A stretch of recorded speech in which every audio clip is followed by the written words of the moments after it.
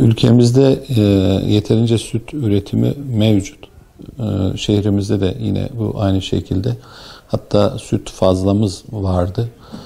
Dolayısıyla o yüzden de özellikle süt fiyatlarında hep düşük gidiyor. İstenilen miktara bir türlü fiyat anlamında çıkamadı.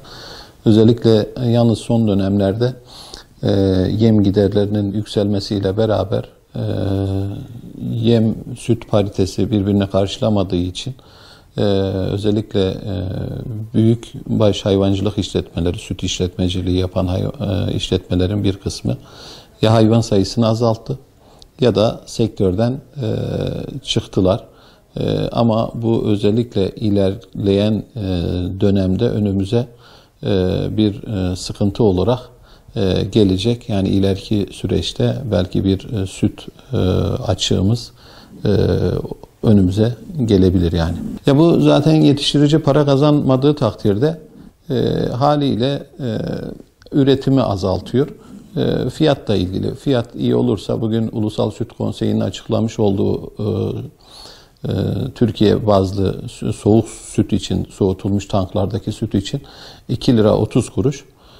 Ama küçük işletmeler bu rakamlara dahi veremiyorlar. Cumartesi günü hatta bizim Şehit Kamil ilçemize bağlı Acaraba köyündeydim. 1 lira 20 kuruştan süt satıyorlar.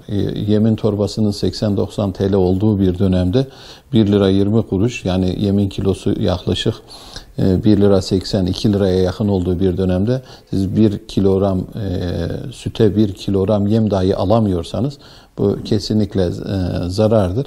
Dolayısıyla üretim azalır. Üretici, çiftçi üretim yapmaz yani. Türkiye genelinde de yani bu bilinen bir şey. Özellikle büyükbaş hayvancılık işletmelerinde yani süt üretimi yapan işletmelerin bir kısmı hayvan sayısını azalttı. İlimizde de var. Bir kısmı bıraktı, tamamen bıraktı. Üretimi azalttı dolayısıyla. Şimdi çözüm şu, yıllardır bizim hep söylediğimiz bir şey vardı. Bu Tarım Bakanlığımızın en son yapmış olduğu Tarım Şurası'nda özellikle küçükbaş hayvan sayısının artırılması ile ilgili bir çalışma vardı. Daha önce Cumhurbaşkanımızın da dile getirdiği 2023 yılında en az 82 milyon küçükbaş hayvan sayısına ulaşması ile ilgili bakanlığımızın da bu anlamda çalışması var ve en sonki Tarım Şurası'nda da küçükbaş hayvan sayımızı arttırmak için bazı düzenlemeler yapıldı. Bu gerçekten olumlu düzenlemeler. Küçükbaş hayvan sayısının artırılmasında önemli katkı yapacağına inanıyorum. Bir tanesi özellikle hayvancılık işletmelerindeki sigorta problemini çözmek amacıyla işletmesinde 100 adet küçükbaş anaç hayvanı olana 5.000 TL normal desteğin dışında 5.000 TL'de çoban desteğin verilmesi. Daha önce bu sayı 200 anaç hayvanı olana veriliyordu. Bu anlamda gerçekten bir devrim niteliğinde bir şeydir. Şimdi bakanlığın yapmış olduğu bu uygulama gerçekten hayvancılığa, özellikle küçükbaş hayvancılığa önemli bir katkı vereceği inancındayım. Bir diğeri de özellikle hep söylüyorduk, kuzu ve oğlağa destek verilmesiyle ilgili. Bakanlık bu anlamda da Tarım Şurası'nda sonra çıkan desteklemelerden de özellikle sürüsünü büyüten, yani kuzu ve oğlağını işletmeye katıp sürüsünü büyütenlere hayvan başı 100 TL destek verecek. Bu da gerçekten olumlu bir gelişme. Özellikle hayvancılık açısından ve küçükbaş hayvancılık açısından olumlu bir gelişme. Bunun dışında zaten normal diğer desteklemeler de devam ediyor. Bunun özellikle hayvancılığa katkı sunacağını düşünüyoruz yani. Ki şehrimizde de zaten bu anlamda bir katkı var. Şuradan anlıyoruz bunu. Gaziantep Koyun Keçi Birliği kurulduğu günden bu tarafa ortalama bizim her yıl desteklemeye müracaat eden üye sayımız 2400 ile 2600 arasında, yani ortalama her yıl 2500 civarında kişi desteklemeye müracaat ediyordu. Ama ilk defa bu yıl küçükbaş desteklemesine Gaziantep genelinde 2852 kişi müracaat etti. Bu rakam geçen sene 2551'di. Yani biz 301 tane fazladan üyemiz gelmiş, desteklemeye müracaat etmiş.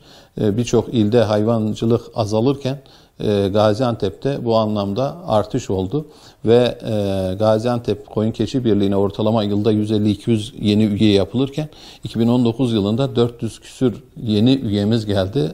Evet, küçükbaş hayvancılıkta hem bakanlık nezdinde güzel girişimler yapılıyor hem de inanıyorum ki bizim yapmış olduğumuz çalışmalar umut veriyor insanlara.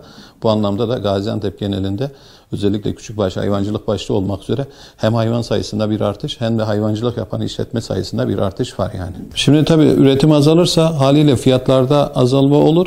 Ulusal Süt Konseyi'nin belirlemiş olduğu fiyat zaten 2 lira 30 kuruş. Büyük işletmeler ve soğutulmuş sütler bu rakamdan satılıyor. Yani bunlarda sıkıntı çok değil. Yani var, ufak da olsa bir sıkıntı var bize göre. Tabii 2.50 kuruşlar civarına çıkması lazım.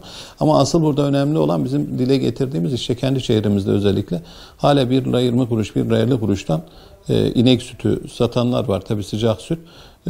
Bunların özellikle aile işletmelerindeki sütü miktarını arttırmazsak veyahut da bu işletmeleri biz ayakta tutmazsak önümüze ileriki süreçte bir süt açığı meydana gelir ve dolayısıyla da haliyle süt fiyatlarında da yukarı yönlü bir artış olacak.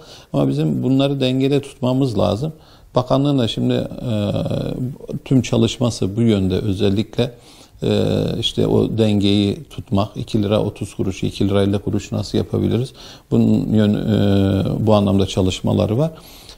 Ben inanıyorum ki bu özellikle yemle ilgili de düzenlemeler yapılacak. İşte daha önce KDV düzenlemesi falan yapıldı. Her ne kadar istenilen anlamda başarı sağlanmadıysa da inşallah hep beraber bunun çözümü için hem bakanlık hem birlikler, odalar bu anlamda çalışacağız.